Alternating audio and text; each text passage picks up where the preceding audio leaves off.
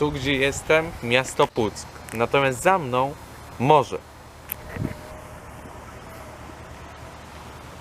To właśnie tutaj, 10 lutego 1920 roku, generał Józef Haller dokonał zaślubin Polski z Bałtykiem po odzyskaniu dostępu do morza. I dlatego tutaj znajdują się na Kaszubach jego ulice, a także takie murale jak ten.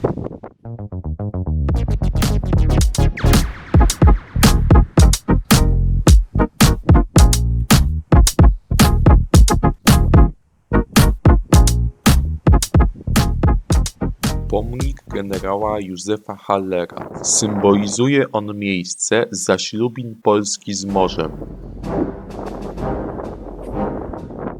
Obok pomnika znajduje się tablica upamiętniająca dość ważne wydarzenie w dziejach I Rzeczypospolitej, czyli uczynienie Pucka pierwszym portem wojennym RP.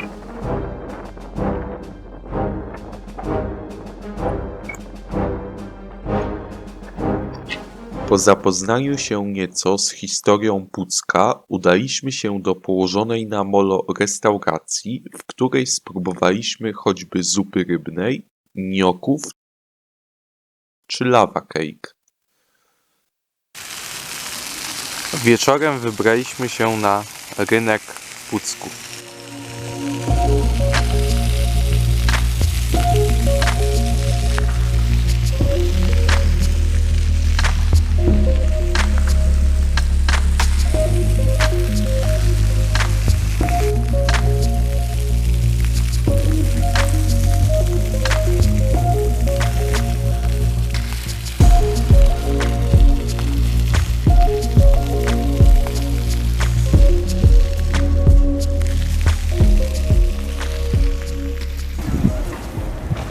Po odzyskaniu przez Polskę niepodległości mieliśmy dostęp zaledwie do kilku portów. Jednego w Gdańsku, który jednak nie leżał w granicach Rzeczypospolitej, i dwóch w Pucku i we Władysławowie, które były jednak portami rybackimi i nie nadawały się do żeglugi morskiej.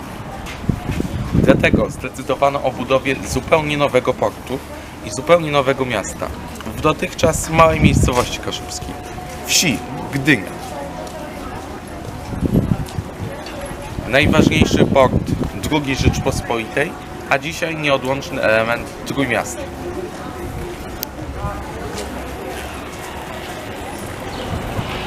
W Gdyni budowano statki i to stąd wypływały największe jednostki II Rzeczypospolitej. Dzisiaj stoją tutaj 3 historyczne statki. Za mną jest Dar Pomorza.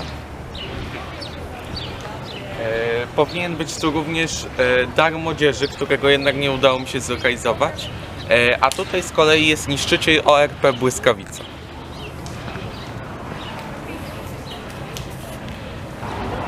Niedaleko statków znajduje się park, w którym ulokowano makiety tychże statków, czyli Daru Młodzieży, Daru Pomorza i ORP Błyskawica, a także makietę ORP Orła, który z niewiadomych przyczyn zaginął na Morzu Północnym w 1940 roku i od tego czasu go nie widziano.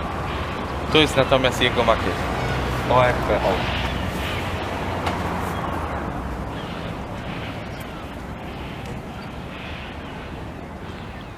Po obejrzeniu makiety ORP Orła udajemy się do położonej przy bulwarze nadmorskim restauracji Barakuda, w której próbujemy ryb i owoców morza. Po opuszczeniu lokalu rozpoczynamy wędrówkę na szczyt Kamiennej Góry. Szczyt wkrótce zdobywamy, po czym schodzimy do restauracji Krudo, w której jemy choćby burgery.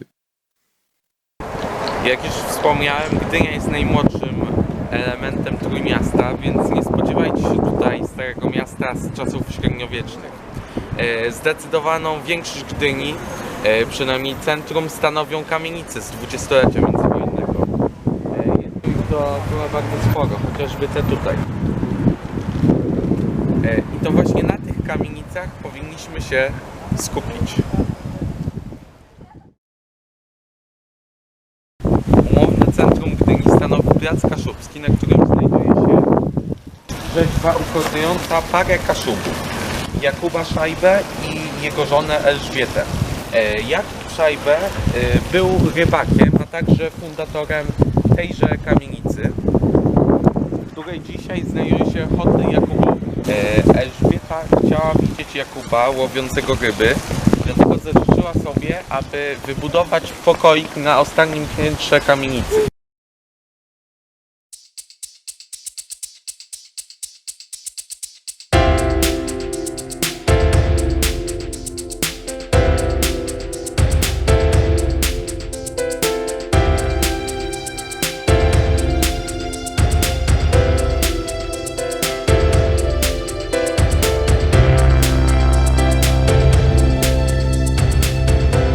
Sopot kojarzy mi się z molo, uzdrowiskiem i operą leśną.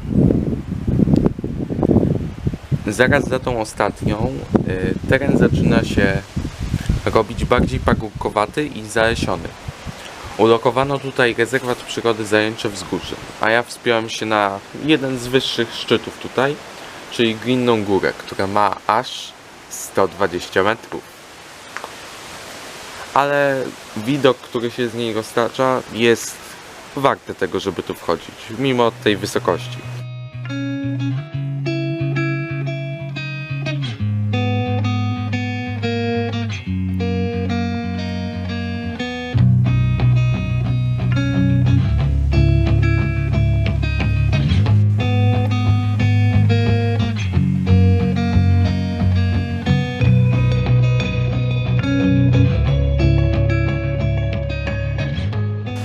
Jak możecie zauważyć, z Glinnej Góry widać cały Sopot, włącznie z molem, a także wydaje mi się, że to jest Mierzeja Helska tam dalej. No i oczywiście Bałtyk.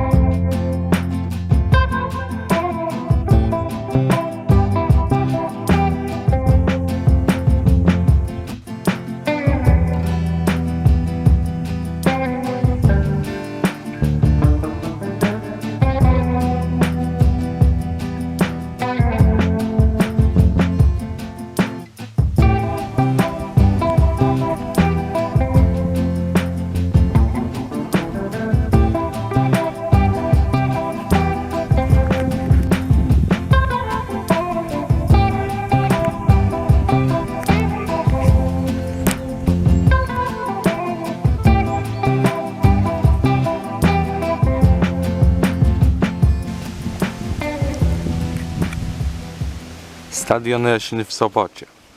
To miejsce, gdzie zaczęła się i skończy moja wędrówka. Po Zajęczym Wzgórzu. Spod stadionu leśnego przenosimy się do zlokalizowanej nieopodal molo tawerny Rybitwa, w której próbujemy placków ziemniaczanych z wędzonym łososiem.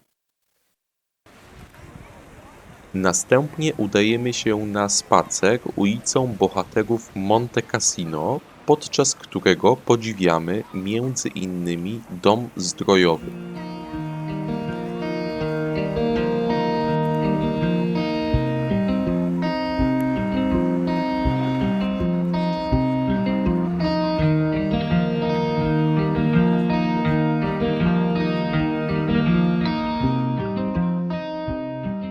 Dzisiejszy dzień kończymy kolacją w gruzińskiej dla odmiany restauracji Ocneba, w której degustujemy chinkali i haczapuri megrelskiego.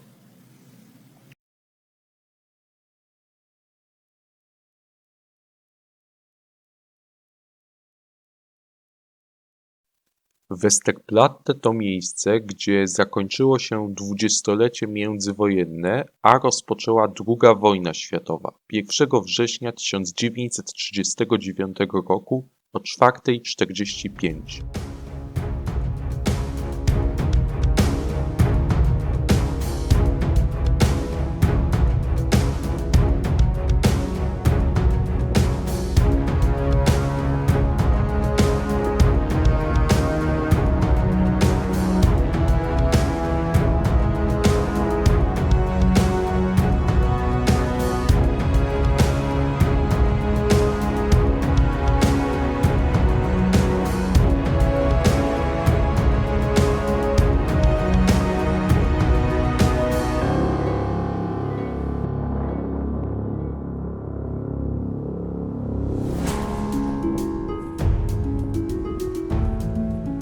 Tutaj na Westerplatte, a także na Helu miała miejsce obrona wybrzeża.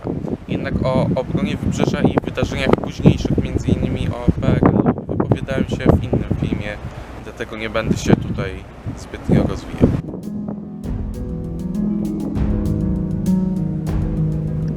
Z Westerplatte przemieszczamy się do ulokowanej na wyspie Spichrzów restauracji Chleb i Wino.